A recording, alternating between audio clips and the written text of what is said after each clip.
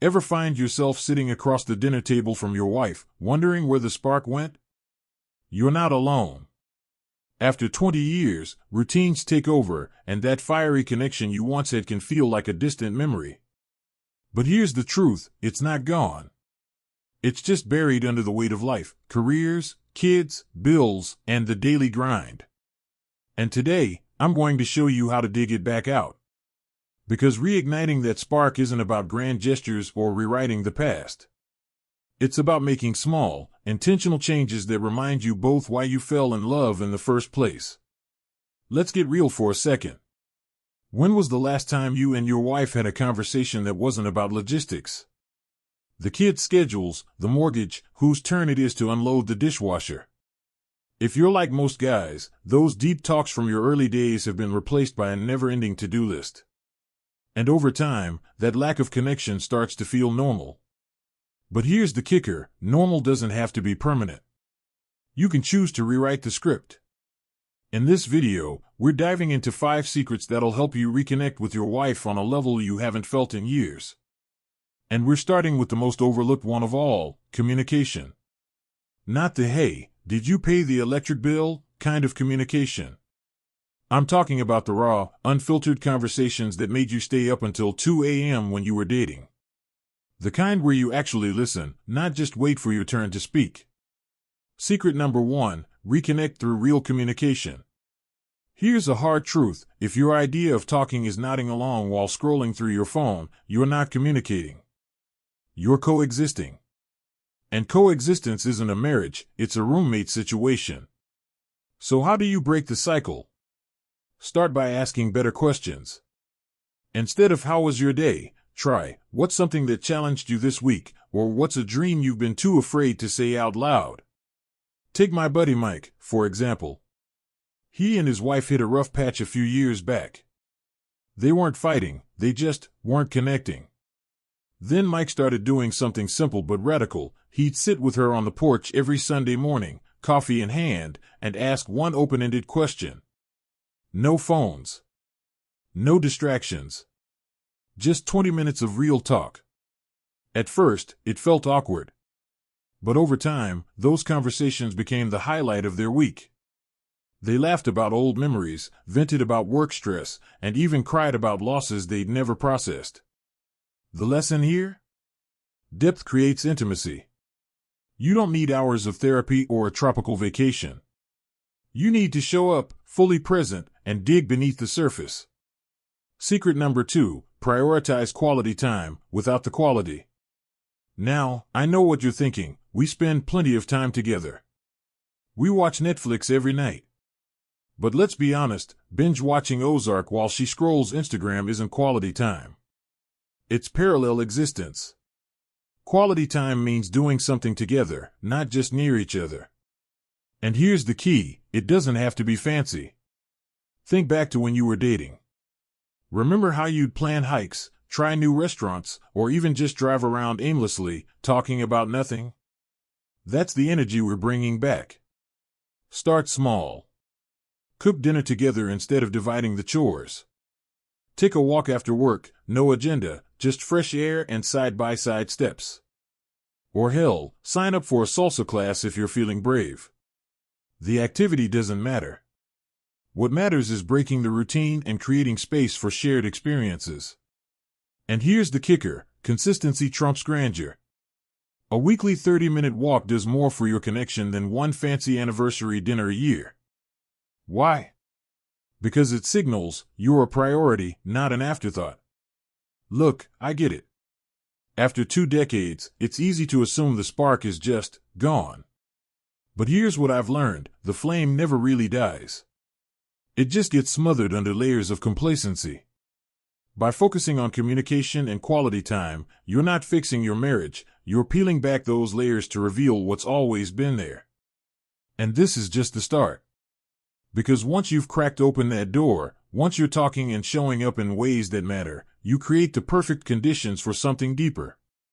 Something that goes beyond words and shared calendars.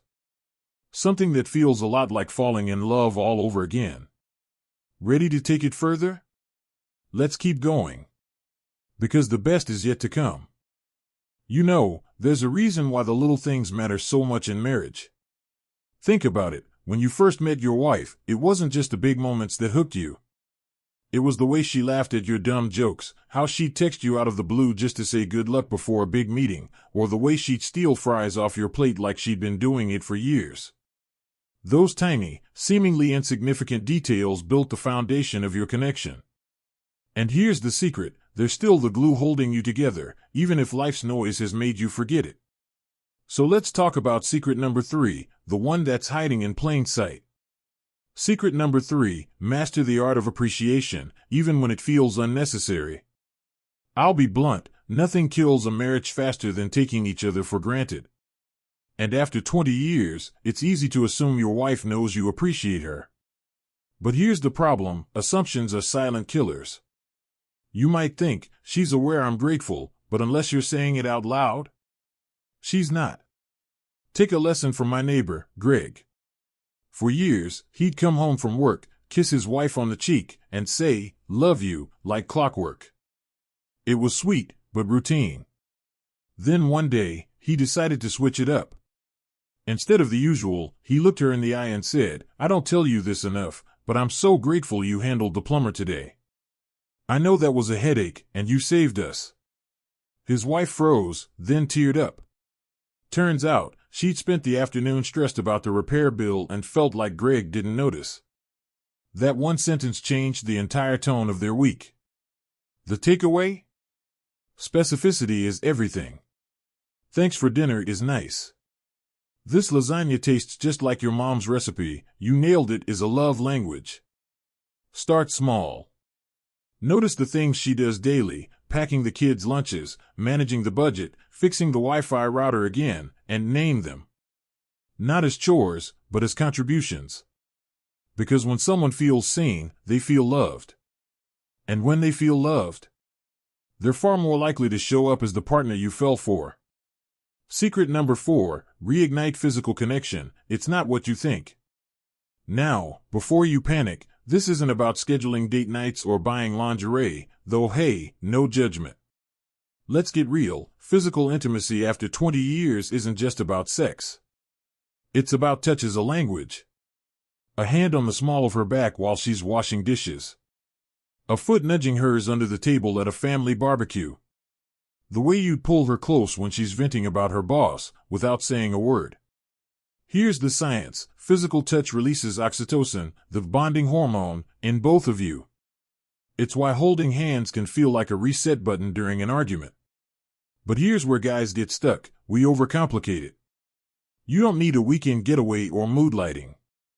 You just need to relearn the power of micro moments. My friend Carlos and his wife hit a dry spell a few years back. Life was chaos, teenage kids, aging parents, work stress. Instead of forcing a romantic grand gesture, Carlos started with what he called the 10-second rule. Every day, he'd find one opportunity to touch his wife for at least 10 seconds. A lingering hug before leaving for work. Rubbing her shoulders while she scrolled emails. Even sitting thigh-to-thigh on the couch instead of opposite ends. At first, it felt forced. But within a month, those tiny touches became second nature, and the bigger moments followed naturally. The point is this, touch rebuilds bridges. It's a silent way of saying, "I'm here. I'm present. You're not alone."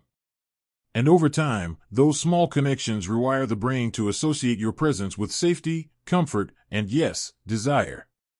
Let's pause here. Because if you're doing this right, something's starting to shift. You're talking deeper. You're carving out time that's actually yours.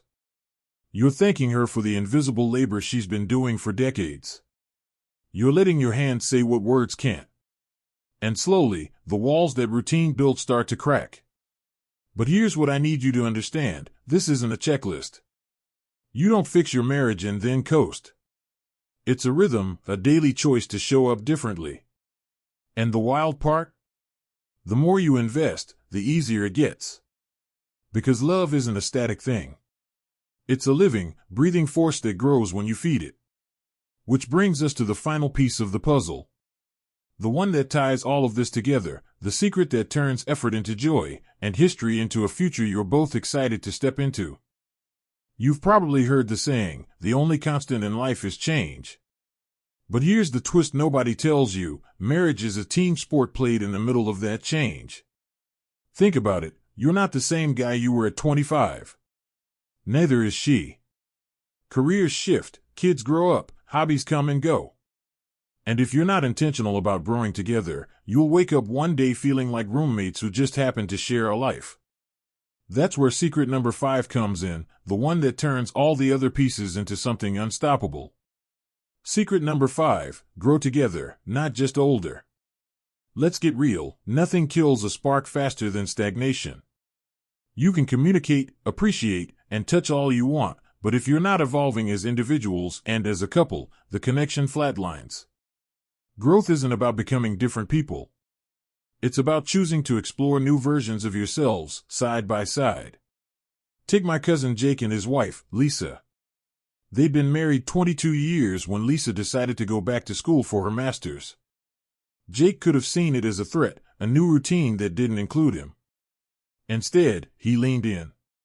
He'd quiz her before exams, listen to her rants about group projects, and even audit a class with her just for fun. And guess what? Her passion reignited his own.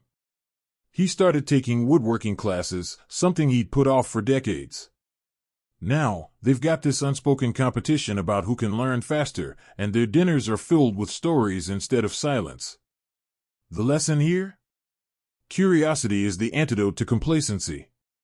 Ask yourselves, what's one thing we've both always wanted to try but never did? Maybe it's salsa dancing, restoring a vintage car, or hiking the Appalachian Trail. Or maybe it's smaller, cooking Thai food every Sunday, starting a 2-person book club, or volunteering at the animal shelter. The activity doesn't matter. What matters is doing it together. And here's the kicker, growth doesn't have to be parallel. If she's into yoga and you're into podcasting, swap roles for a week. Let her guide you through a sun salutation, then you teach her how to edit audio. It's not about shared interests, it's about shared investment. Let's tie this all together.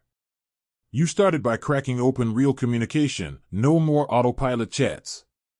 Then you carved out time that wasn't just existing together. You learned to appreciate the invisible work she does, reignited touch as a silent language, and now? You're building a future where both of you are excited to show up. But here's the truth bomb, none of this works if you treat it like a quick fix. This isn't a microwave dinner, it's a slow-cooked meal. Some days, you'll forget to ask a deep question. Some weeks, work will drown out the porch talks. That's okay. Progress isn't perfection, it's showing up again tomorrow. So start small. Tonight, put your phone down and ask her one question that doesn't have a yes/no answer. This weekend, steal 20 minutes to walk around the block and hold her hand. Next month, sign up for that axe-throwing class you've both joked about. And when you slip up, laugh about it. The goal isn't to be a perfect husband. It's to be a present one. If you take anything from this video, let it be this: love isn't a flame you find, it's a fire you keep building. And after 20 years, you've got all the fuel you need. Those inside jokes, the way she still rolls her eyes at your dad jokes, the fact that she knows exactly how you take your coffee, that's your kindling. Now it's time to fan it. So tell me, what's one thing you'll do this week to reignite the spark? Drop it in the comments. Let's get a conversation going. And if this video hit home, hit that like button, it tells the algorithm gods to spread this message to more guys like us. Subscribe if you haven't, we've got plenty more real talks coming. Remember, the best marriages aren't the ones that never face storms. They're the ones where two people choose to dance in the rain, together. Here's to your next 20 years. Make 'em count.